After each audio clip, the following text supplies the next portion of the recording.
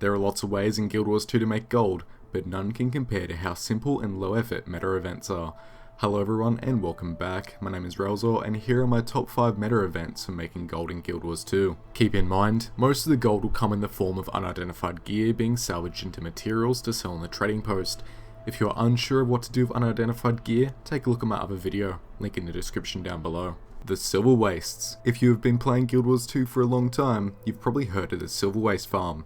The Siverwastes is a map-wide meta event that involves claiming outposts and killing champion Mordrim, eventually leading to a final boss called the Vine Raft. Completing the events around the map will give you Siverwaste shovels that can be used to dig up buried chests around the map. It can be opened with a bandit skeleton key. The keys can be looted from bags found in the Siverwastes or can be bought from the vendor for bandit crests. Dragon's Stand and the Tangled Depths Chak Gerent.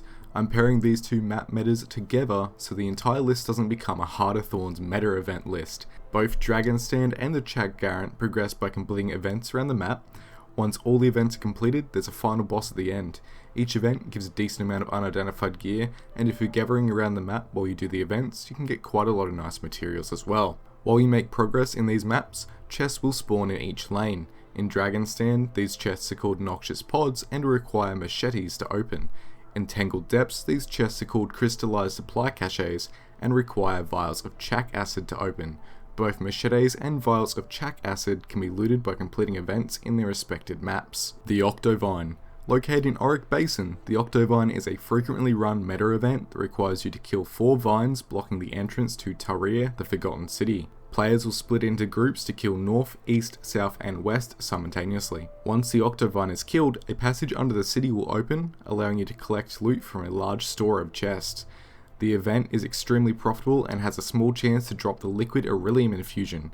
The infusion sells for over 1,000 gold on the trading post. Exalted chests require exalted keys, and these can be looted by completing events around the map or can be found in some chests and bags of loot.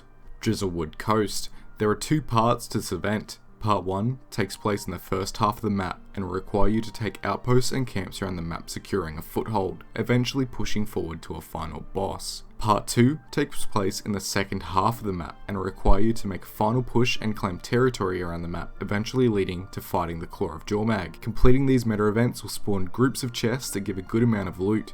Make sure to gather all the materials you find as you go around the map to make the most profit.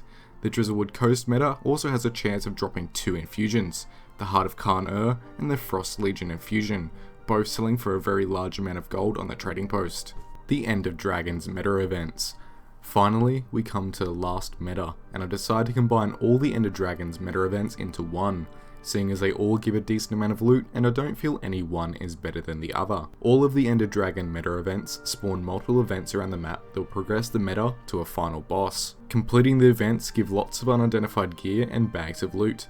Once again, make sure to gather as you go around the maps to get the most out of the map.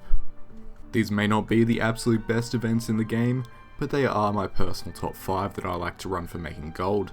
I enjoy these because I can listen to podcasts while I passively get loot and I don't need to think too hard about it.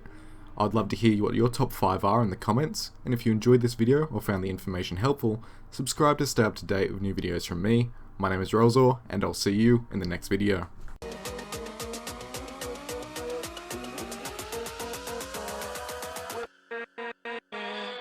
With